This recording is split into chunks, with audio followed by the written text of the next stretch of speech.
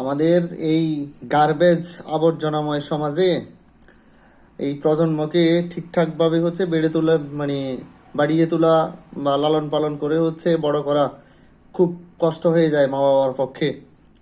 তাই মা বাবা কি করেন, তার সন্তানকে মানুষ করার জন্য আমাদের এই প্রত্যন্ত অঞ্চল বলেন, শহরে বলেন, গ্রামে বলেন, তাকে হাফেজখানায় ভর্তি করা হয়। এটা অবশ্যই ভালো কাজ, আল্লাহর কাছে সবচেয়ে পছন্দনীয় কাজ। এটার জন্য স্যালুট প্রাপ্ত ওই মা বাবাগুলো।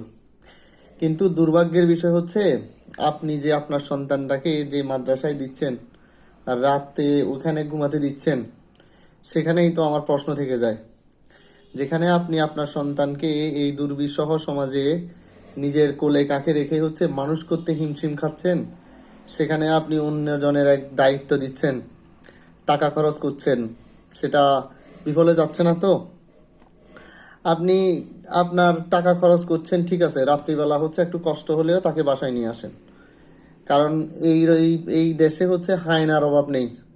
দাড়ি টুপিওয়ালা বলেন আর এমনি বলেন, জেনারেল বলেন, সবাই মানুষ সুযোগ সন্ধানী, সুযোগের অপেক্ষায় উদ্গ্রীব হয়ে থাকে।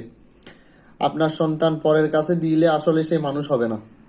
আপনি যেভাবে আপনার মন মানসিকতা দিয়ে, আপনার শিক্ষা দিয়ে তাকে বড় করতে পারবেন, খুব স্নেহ আর আদর দিয়ে, অন্যের হাতে আপনার সন্তান মানুষ হবে না, এটা নিশ্চিত থাকেন, সে অমানুষই হবে।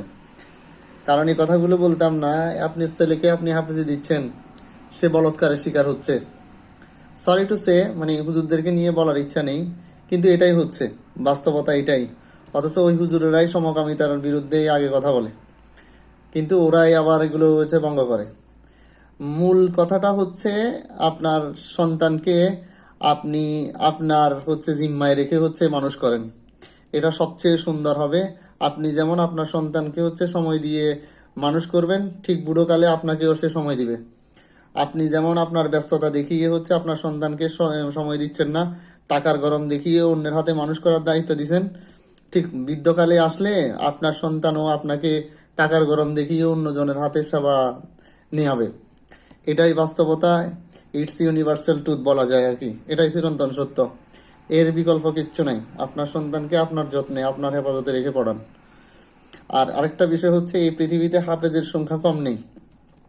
হাফেজ বানাতে হবে এরকম কোনো বাধ্যবাধকতা ইসলামে দেয় নাই।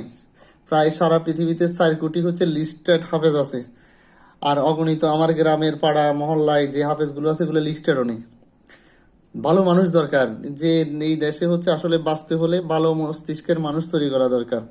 সমাজ থেকে, পরিবার থেকে, পরিজন থেকে, আত্মীয় স্বজন থেকে ভালো মানুষ তৈরি করুন, যতদূর সম্ভব হয় আর কি।